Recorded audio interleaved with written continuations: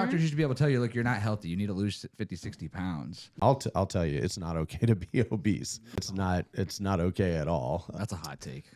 You're supposed to love your body and be okay with it, even though, and don't get me wrong, like there's a difference between loving your body no matter what, even if it's like 500 pounds, as opposed to going, I love who I am, but my body is not where it needs to be, and I'm going to start correcting course. And that's, I think, like there's a huge difference. And where this one, where it's like love yourself no matter what, and you don't need to correct it, is so destructive, because now everybody is obese, unhealthy, and like the health in this country is terrible.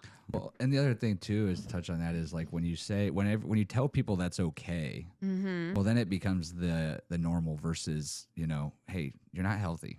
Yeah. Like doctors used to be able to tell you that. Trophy. Well, doctors used to be able to tell you, look, you're not healthy. You need to lose 50, 60 pounds. Yeah. Now it's like a doctor tells you you need to lose 50 pounds and he's a bad guy. He's on the news. He's under a lawsuit and everything else. So that somebody could just continue to eat, you know, bags of Oreos before. A whole nother, doctors are giving you terrible advice on diet and nutrition because they only have to have a week's worth of a nutrition class. Nutrition is so important, and no matter what ailment you have, and how you can go to a doctor nowadays, they never ask you, even if, like, let's just say depression. So you go to a doctor and you say, I'm depressed. They never ask you, what kind of food are you eating? How's your family life? Or exercise. Walking and exercising has beat out SRIs every single time. It's literally a business. It's the biggest business. Yeah. It's terrible. It literally, because I have a friend that went to medical school, and he's a doctor.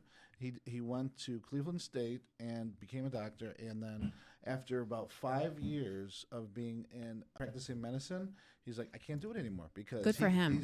He's like, I will suggest alternatives than taking a pill. Lower your diet, lower your cholesterol intake, get more sleep. Don't work on 5 hours of sleep. Get more sleep, and then come back to us in about 2 or 3 weeks, a month, see how everything is. But he's like, every time he didn't push a pill or a medication, he would get called in saying, why you didn't prescribe this and that, and then he's like, crazy. I can't do this anymore. He's like, I'd rather have a functioning, like someone that's cured, than constantly taking medication constantly. And he got tired of it. Oh yeah, good for him. They don't cure anybody. They just create customers. No, So it's interesting we're on this doctor's top. So when we had the guys from PH Performance, one of the things that came up was we talked about the difference in modern medicine, right? Modern medicine is like, obviously there's benefits to it. People are living longer.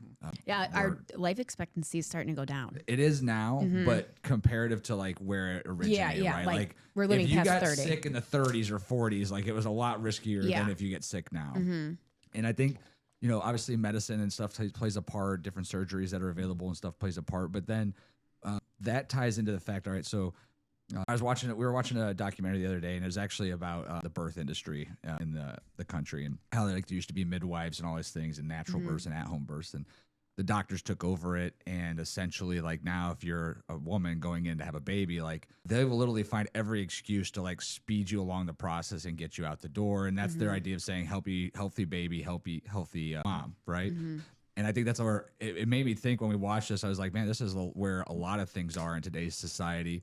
As far as doctor goes, if you get a cold, you go to the doctor, you get a whatever, what do they call those packs that they give you or whatever? CPAC. Yeah, and they give you antibiotics, and they give you, well, now all of a sudden your body's just a little bit less used to fighting stuff off, and you're used to going to the doctor to fix stuff, which is great. Like I said, people are getting healthier, we're getting more people through the system quicker, but it's not like the underlying issue. It's not solving the underlying issue while we're getting sick. Our diets are trash. We're not exercising enough. We're not outdoors enough. We spend too much time in front of devices and on, phones and computers. And I'm just as bad and guilty as it. Like my wife will tell you, like I'm on the phone way too much, and I hate being on the phone. I hate when I look at my hourly count for the week. I know. And these are things that have been brought into society. And when you talk about, you know, the woman looking for the alpha male, I think technology played a huge part in that, because women looked at it as like, well, if my husband just wants to play video games with his friends on a Saturday night until 2:00 in the morning, like I would like to get some more stuff for the house, or I would like to go do a trip, or I want to do this. I'm just going to have to go get a better job. And then like that movement started where women are like, well, if my husband's not going to do it, or if I can't find a man to take charge and do it, like I'm just going to do it myself.